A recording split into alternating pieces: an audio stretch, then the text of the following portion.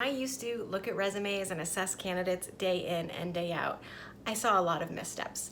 Now, fortunately, my clients are very attentive and thoughtful to the materials they send out and their approach to their job search, but I still see some patterns in the mistakes that job seekers are making.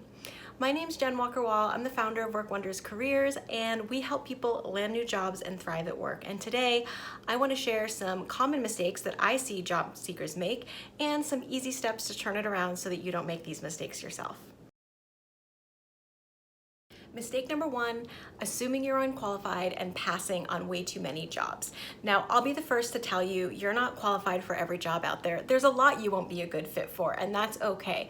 But in my experience, you're likely passing on way too many jobs without really assessing what your relevant experience and transferable skills are. So instead of just looking at a list of qualifications, feeling like you don't check every single box, what I want you to do is ask yourself, how am I qualified for this job? How do I meet these qualifications?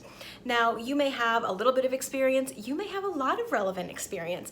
It's our job to unpack that experience and repackage it in a way that makes sense to potential employers. And by giving yourself the chance to ask yourself, what have I done here that's relevant, you're way more likely to see what you have that the job actually requires and find ways to convey that in your resume. Mistake number two is trying to tweak or customize your resume without doing the right kind of prep work first. So if you're anything like my clients, you probably spend a lot of time staring at your resume and trying to figure out exactly how to customize it because you know that's what you're supposed to be doing. But in my experience, and I spend a lot of time writing resumes, it's actually tweaking is the last step. It's not the first step. And if you haven't done the proper kind of self-reflection and assessment to really upgrade your resume, all the tweaking in the world might not be making the difference that you hope that it will. It's important to take the time to do some reflecting, writing, and journaling on your experience to really, again, unpack your work experience so that we can reconfigure it in a strategic way for the right kinds of opportunities. Rigorous reflection is really one of the best ways to expand your horizons, take ownership over the work and experience that you do have, and prepare to convey your transferable skills and relevant experience in a very compelling way. So if you try to skip this step, you're going to miss out on a lot of essential experience that could help set you apart from other candidates. If you struggle with this, if you're not sure what kind of questions to be asking yourself, make sure you grab a free copy of our workbook, our Uncomplicate Your Job Search workbook, which will actually offer some sample questions that we use with our own clients, and that should help get you started. Mistake number three is wondering what everyone is thinking about you. Now, of course, being likable and approachable and seeming like a good match for a role is essential to the job search process. But I see way too many clients going into informational interviews or job search interviews and hyper-focusing on what everyone is thinking about them instead of taking a more reflective route and thinking about how is this experience for me?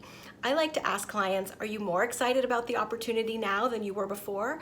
Were the interviewers hospitable? Did they treat you well? Did you get a good sense of the environment? Did it seem like a team you really wanted to be a part of?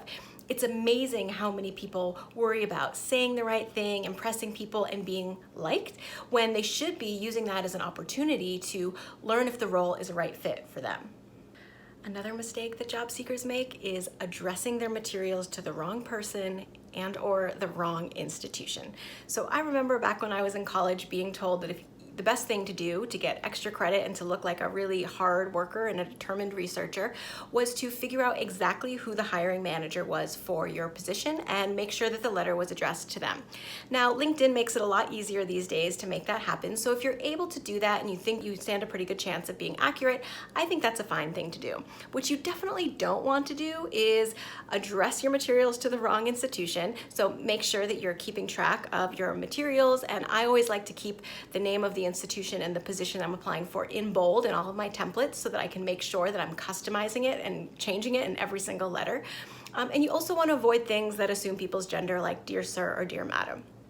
I tend to prefer dear hiring manager because it doesn't make any kinds of assumptions, is clear, and works if the institution is in flux, if the department is in flux, and if your guess is wrong. So make sure that you're doing the work to set yourself up so that you don't get a strikeout based on a mistake like this. So now I'd love to hear from you. Have you ever passed on applying for a job because you just assumed you were underqualified or unqualified for the role?